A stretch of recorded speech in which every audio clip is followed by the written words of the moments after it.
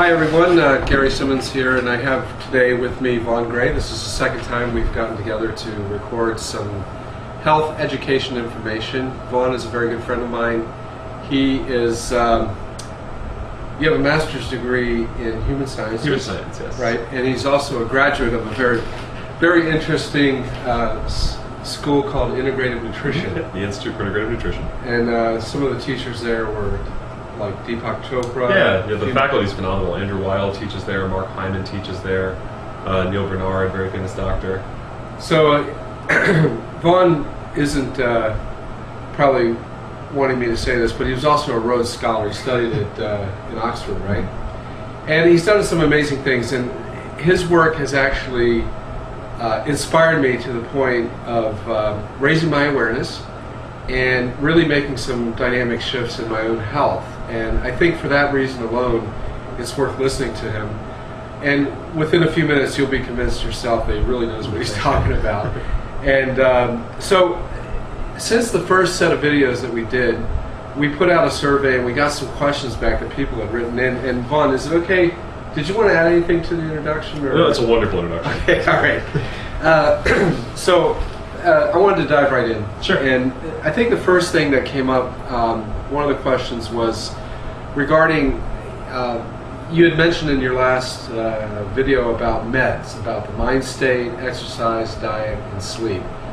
And this is all really interesting to me because I am very much, that really resonated with me that it's really true. And starting with mind state, we did have a question from someone who wrote in and asked about the significance of your nutrition, your food intake, and mood. Okay. Like if you eat a lot of sugary, processed foods, after a certain amount of time, you find yourself being very cranky, upset with people, Absolutely. No patience. Always tired, even if you've slept the whole night, then there's sure. So, can you just tell me about food intake and how it affects? Yes, absolutely. Yeah. Probably the most rapid impact on mood comes from blood sugar changes. So, as a general rule, when our blood sugar levels are stable, we feel good. Our energy levels are stable, and we kind of feel confident and positive and happy, or at least we feel as confident and positive and happy as we get.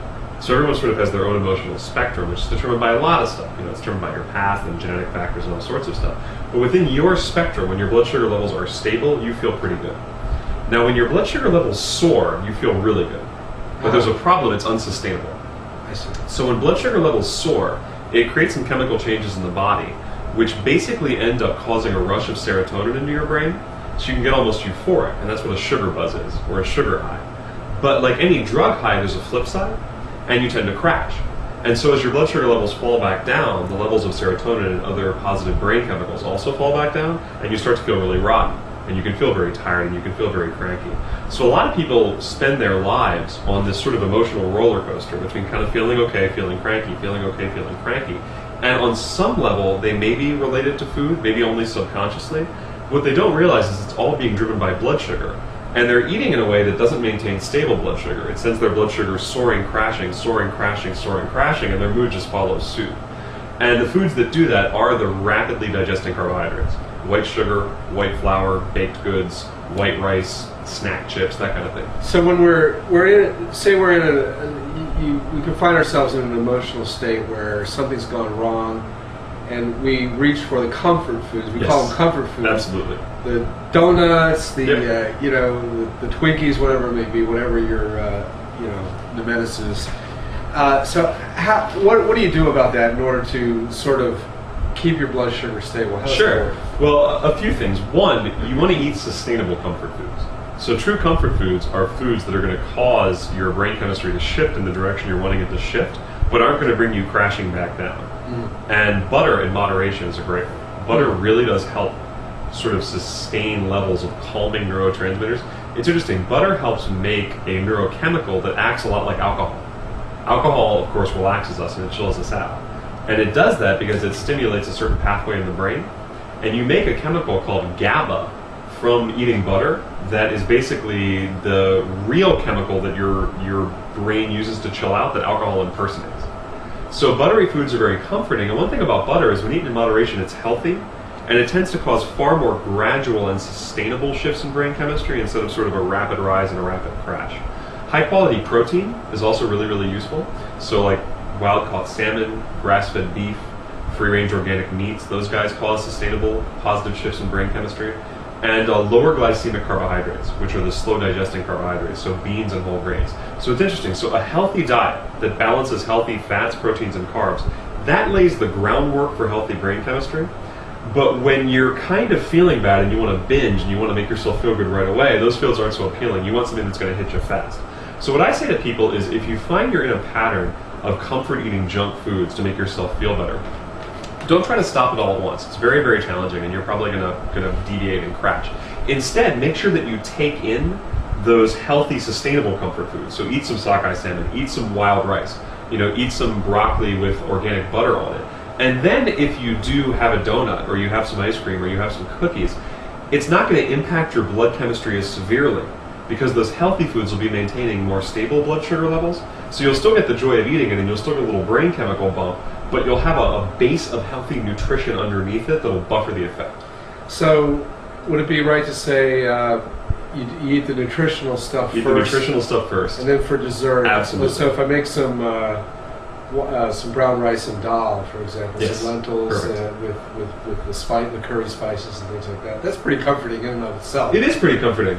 And then add to it a little snack if you still feel like you need something. And it's not anywhere near as big a mental jump because you come home from a tough day at work and you look in the freezer and there's the Ben & Jerry's and you really want to eat that. Almost impossible to just say no to yourself. And it's also really difficult to say, no, I'm not going to eat this. I'm going to have some chicken and rice and cabbage.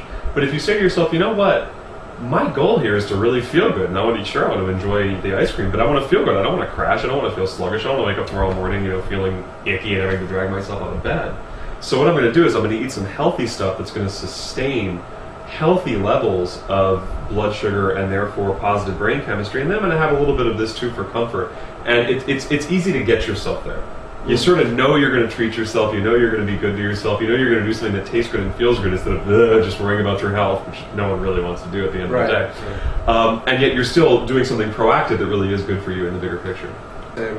Well, there's so much that one can say about food and mood. I mean, there's a profound connection. Okay. But the simple take-home point is that whatever's healthy for your body is healthy for your brain. Okay. And whole foods, natural foods are healthy. And a balance of nutrients, proteins, fats, and carbohydrates is super healthy, so don't be afraid of olive oil, don't be afraid of fatty fish, don't be afraid of a little bit of fatty meat, don't be afraid of organic butters. And really it's the processed foods. We get addicted to processed foods because they make us feel good in the short term, but they sabotage our health in the long term. So once you get that, and you stop sort of judging yourself and beating yourself up for eating them, of course we eat them to feel good. We're human, we take drinks of alcohol to feel good too, and there's nothing wrong with that in moderation. You can put them in your life in a healthy way. And I find, personally, that healthy eating to feel good, mentally and emotionally, motivates me more than healthy eating to sort of not get fat and prevent a heart attack. Right. It's a much better place to come from. It's like, wow, let me make food choices today that are going to let me actually feel positive and feel confident and feel energetic. And when you start to get the association, when you start, wow, I really do feel good when I sustainably eat these healthy whole foods, it's wonderful, and healthy eating gets a lot easier. So basically what you're saying is, most people, or let me just use myself, I can anchor my motivation to certain things. Yes.